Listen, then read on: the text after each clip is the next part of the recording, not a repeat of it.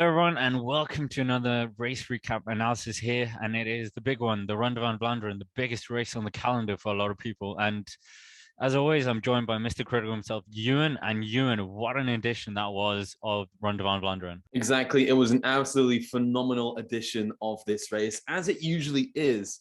And this year, we saw an emblematic finish with some of the biggest riders in our sport. We're going to talk about the headline here about Van der Poel and Pogačar, but even the fact that we have a reigning Tour de France champion battling it out for a Ronde van Vlaanderen victory is incredible. So anyways, Ewan, what happened in the race?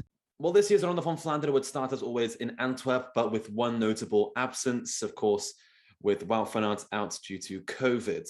But the race got underway and Pogačar came down in a crash early on, but looked okay, just needed a new bike. But the real moves were made with roughly 50 kilometers to go when we saw accelerations by Pogačar and Mathieu van der Poel.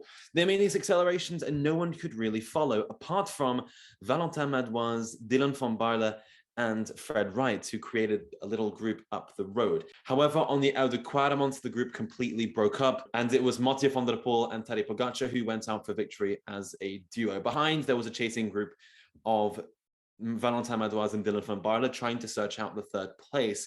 However, the two up in front, Van der Poel and Pogačar, would go into Oudenaarde as a duo in that final kilometer, but they were looking around and they waited for the group to come behind. They had a 30-second advantage, but they let that come back together. In the finale, it was Pogačar, Mathieu van der Poel, followed very quickly by Dylan van Baarle and Valentin Madouas. So it was a group sprint of 4 people, culminating in a victory for Mathieu van der Poel, who won ahead of Dylan van Baarle and Valentin Madouas, whilst Pogačar was boxed out. Yes, he almost threw away his podium finish in order to have this fascinating but enigmatic finale as this group of 4. Yeah, it's a shame, and robbed Tadej Pogačar of a podium that finish. But yeah, doing I think Mathieu van der Poel taking a second victory and one-upping his dad almost. But yeah, I think the big talking point that many people would think about, how did Tadej Pogačar lose this Ronde van Vlaanderen? He crashed early on, of course, really early on in the race. But yeah, do you think he just threw it away by sitting up and not working with Mathieu van der Poel? I don't think he was going to take the victory, but he definitely threw away his podium. Yeah, exactly that. Let's also talk about the fact he was boxed out as well. With the weird dynamic of the group coming back, it put him in an uncomfortable position to go out for victory. So that made it a little bit difficult within these guys.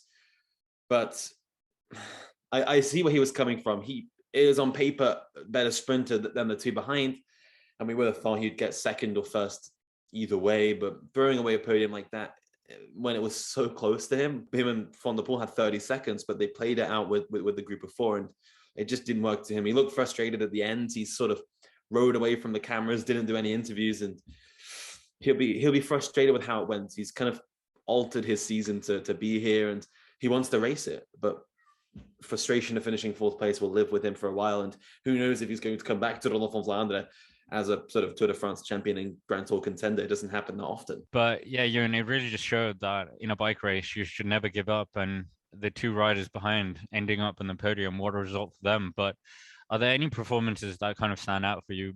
Barring Victoria's, of course, getting 2 men in the top 10, but I think probably the other talking point that you mentioned on stream, and yeah, we were speculating about, is that Quickstep Alpha Vinyl, no rider in the top 10. Well, this is actually the first time in 9 years that we haven't seen Quickstep in any of his iterations within top 10.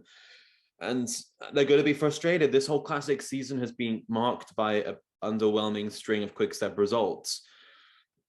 We didn't see them at Idri. We haven't seen them at Wevelgem. We didn't really see them at Omloop. And the Tour of Flanders, you couldn't really tell that they were there. Seneschal, Yves Lampard were dropping off very early on. Asgreen looked strong. He was following Pogačar early on with about 60k to go, but he had a bike problem, which did hamper him over the Paterberg.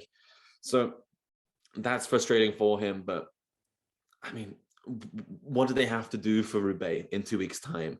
Are they just going to have to completely change their tactics or so forth? They were played out of top 10 last year. They kind of imploded in the October edition of the race. So it's going to be interesting to see what the future brings for them, because it's not looking quite so bright right now.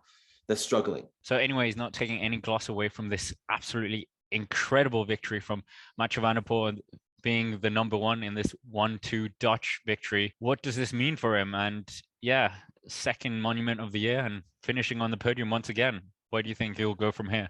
Exactly. And I mean, it's the second win in a row after Tour of Flanders. And he's scheduled to go to Amstel Gold next weekend. Yes, Roubaix and Amstel Gold have flipped dates due to the French elections. And after that, he will be going to Paris-Roubaix in France before maybe his Grand Tour double bill. We're still a little bit unsure about that, but there's rumors that he's going to the Giro as well as the Tour de France. So it's looking good. I think he's going to start Roubaix as one of the favorites. He had his tactics last year were pretty spot on, but his sprint just wasn't there to rival Colbrelli. So we'll find out how he goes at Roubaix.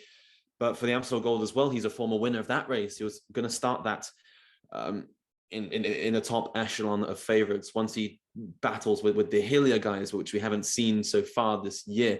He showed some glimmers of it at Sanremo and looked strong there, but Amstel Gold will be an interesting point in the calendar to come.